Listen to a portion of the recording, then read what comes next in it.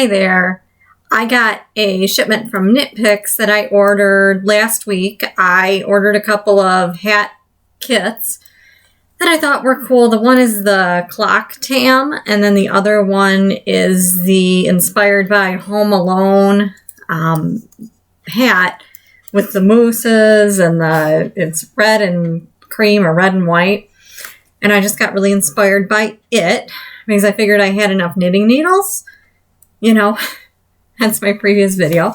So I want to try these hats because not only do I feel like I need another project, I have 100 of them anyway, but because I am hoping that by Labor Day weekend, things will be opened up and things will get back to normal a little bit. And we will have a state fair here in Michigan. About 2 years ago, well, gosh, almost 3 years ago now, I went to the state fair just for fun and saw the home arts department and saw the knitted and crocheted stuff and thought, this is doable, because previous to that, I thought that they all had to be items that were like worthy of being in a yarn store and just fantastic, blows everything out of the water. But when I went to the state fair, I noticed that these items that were winning these ribbons, it seemed doable, and it seemed like it was something at my skill level at the time. So in 2019, the last time that the state fair was actually open in person, I made about 10 items and entered them into the fair and figured I'd give it my best shot. Our state fair, the motto is, submit your best or something like that. And I actually won 8 ribbons. The only things that did not place was ironically, a tam, which, I am trying to knit one too for this year. It was a beautiful cabled tam too, and I don't know why it didn't place. I guess the judges preferred color work.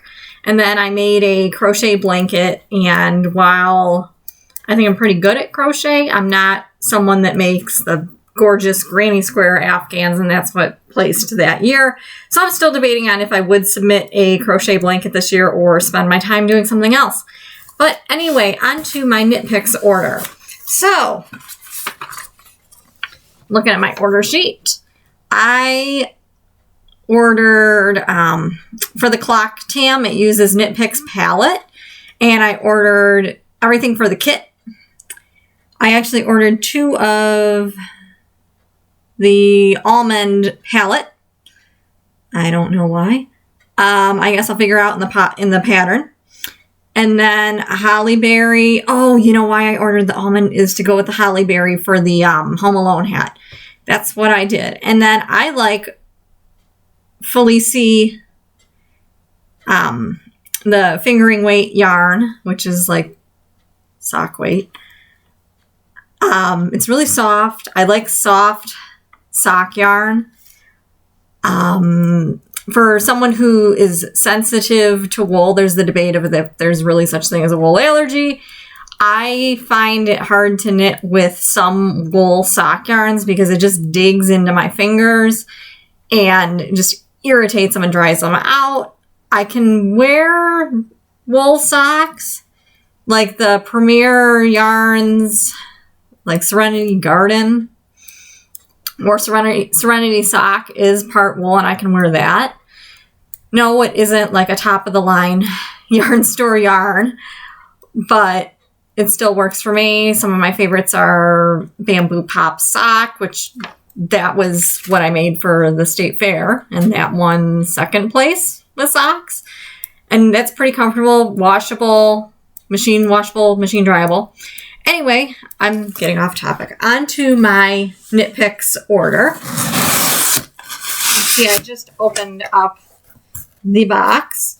So I guess with Knitpicks, their colors are pretty seasonal, from what I understand, or it goes year by year. So you can't always consistently get the same color. Like if you bought whatever color a few years ago, you might not be able to get it today. So with the Felici stuff, this is what I got. What did I get? I'm just trying to like dig them out in order here. So I got this one is Windbreaker, and it's more of, has some pinks, some, let me see if I can get that a little bit better. Can you see it? Some pinks, some really bright oranges. It looks more pastel in the video. And some yellow, some light and brighter blue. Definitely really pretty. Now, I'm not sure if this actually makes a pair of socks or if it depends on your pattern. But I would like to try it. At least, you know, have some white sock yarn for the toes. Or at least try to match it. Now, with this Felicie, the other color that I got, let me see if I can... Oh, rainbow, it says right on the front. Rainbow.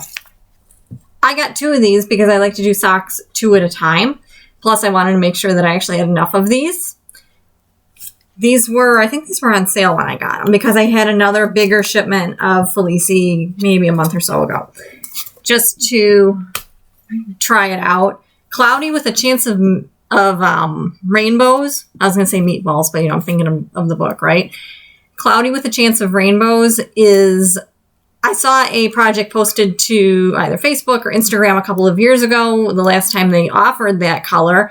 And I really love this cabled sock pattern that someone made with it. And when I went to go get the yarn, obviously they weren't making it last year, but now they're making it this year. So I had to order that.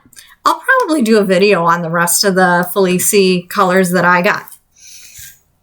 Anyway, so with the hat kits, I thought that they'd be like packaged in a individual like kit bag or something like that. But the project, the pattern is it's a download now. So in palette, I got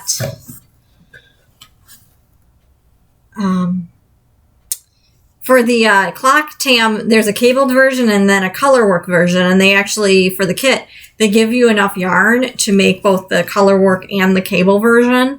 The cable version uses almond of palette fingering weight, and it gives you 2 of those, and that's enough to make a hat. This is not like the lightest tan or lightest brown, but it's a really pretty color. It is soft, which was important. I did a ton of research on if Knitpicks palette is actually soft, because that's pretty important to me, and it's a drag to have to return yarn because you didn't know that it wasn't going to suit your needs.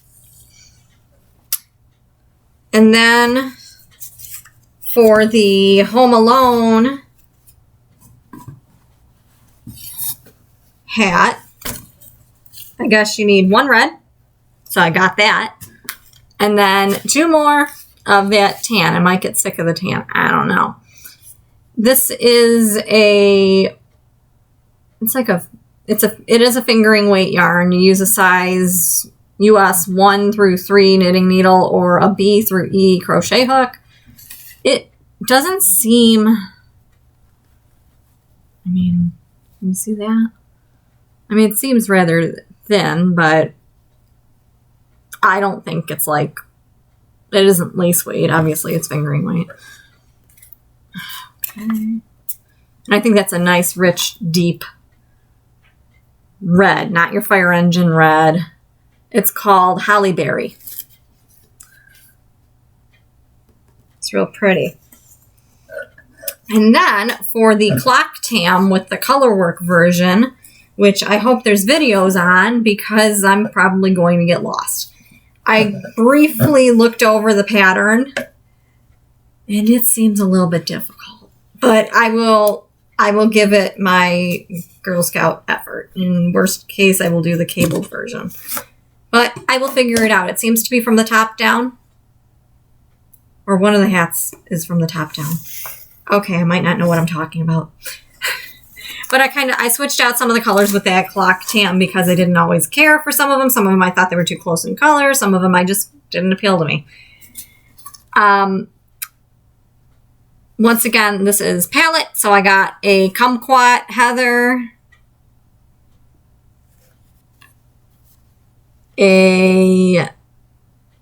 what was this one called? A Golden Heather, which is a little bit of a lighter orange. And then this one is a Mai Tai Heather. I don't know if you can see that. I'm kind of going like warm colors-ish. I don't know what I was doing. It was late at night and I placed a Knitpicks order. And I was surprised that I don't know. I woke up the next morning thinking, did I really place it? Yep. Yeah, I did. This is conch, like a conch shell. It's like a salmon peachy-ish color. I know my lighting is weird. I'm not backlit, but I'm something. Then this one is rose hip. I really like that. And then we get to our darkers.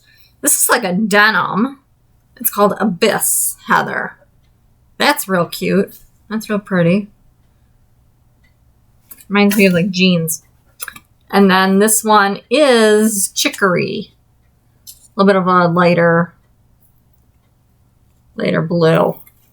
So that should be enough to keep me busy. I have a history with project kits that maybe they don't get done. I don't know.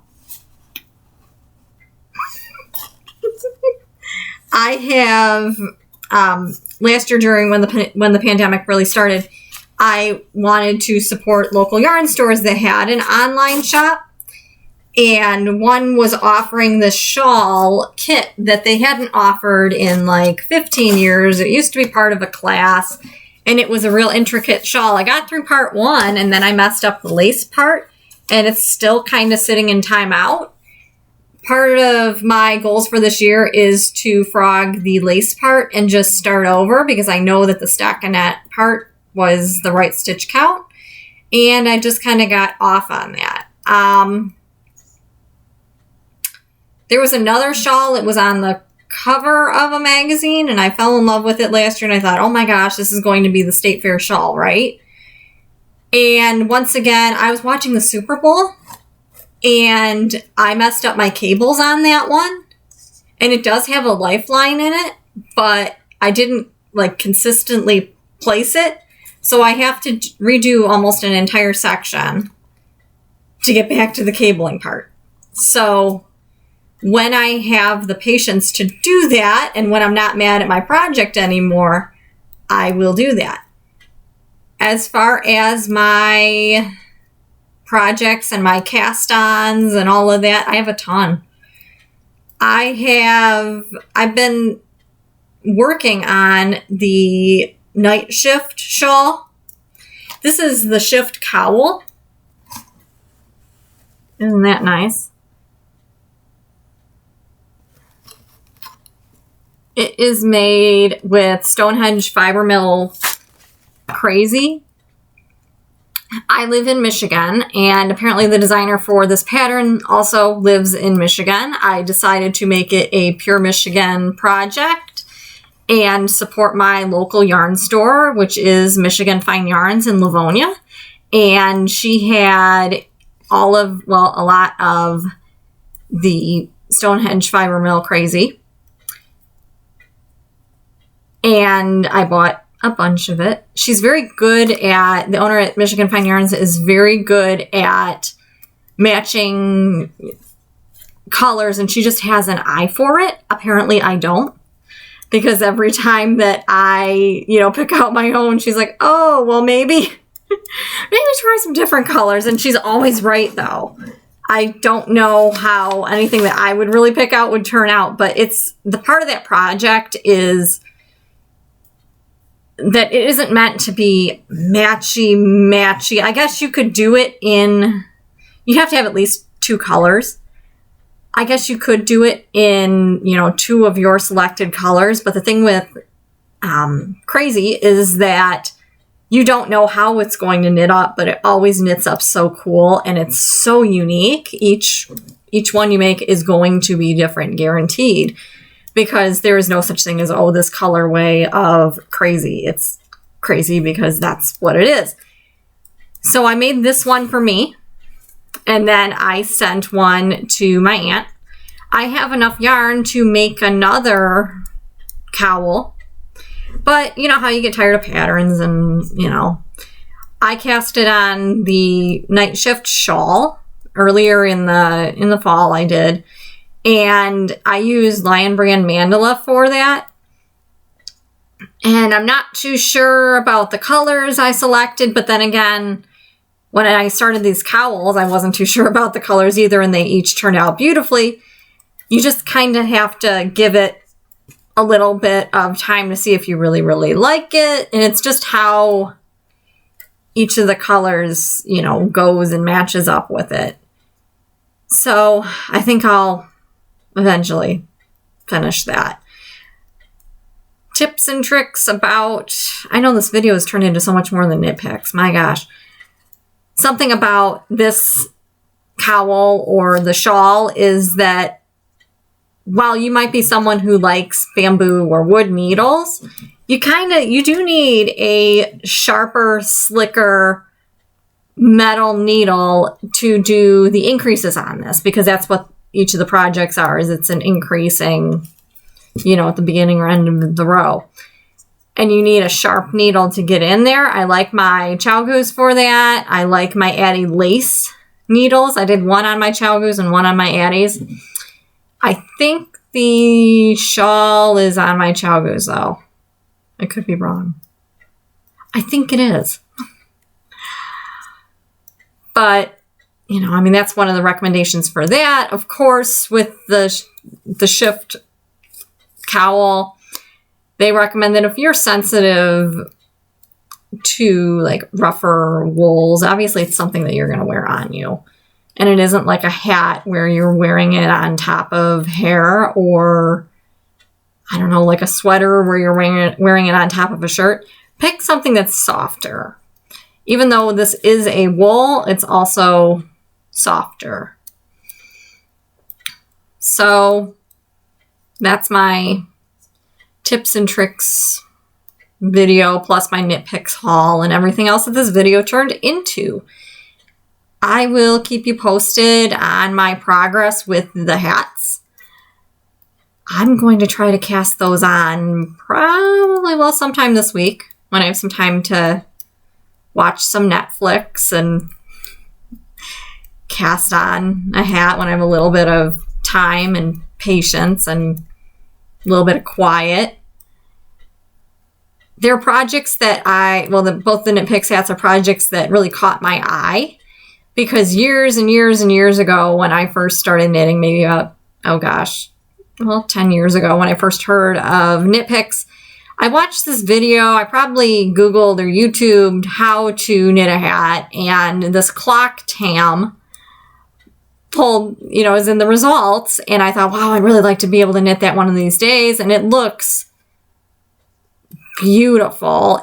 Some people actually use it as an actual clock because you can buy the mechanism for it. It's really cool. It's an accurate clock, I guess, like the numbers and the Roman numerals and however else it tells time. However, the pattern is written, it's actually accurate.